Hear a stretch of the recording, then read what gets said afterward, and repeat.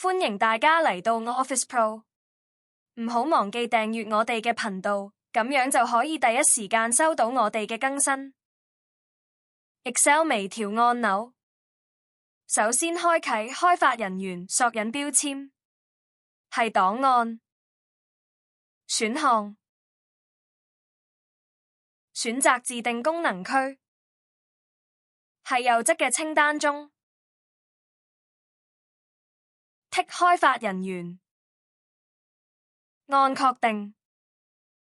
之後可以開始製作微調按鈕，係開發人員嘅插入，選擇微調按鈕，係工作表畫出按鈕嘅大小與位置，可以點擊滑鼠右鍵按 Ctrl+C 同 Ctrl+V 複製按鈕，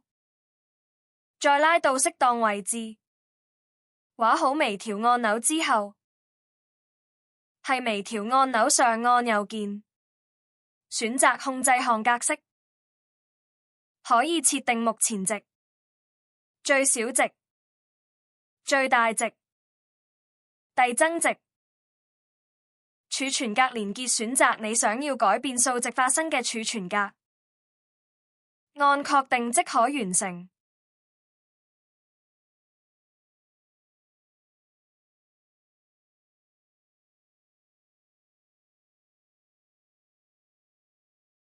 如果想每次增加5，可以改變遞增值為5，咁每按一次就可以加5，係金額位置打入每個價錢乘數量儲存格，當按增加微調按鈕就會跟住改變。希望今日嘅介紹幫到大家，記得 Like and share.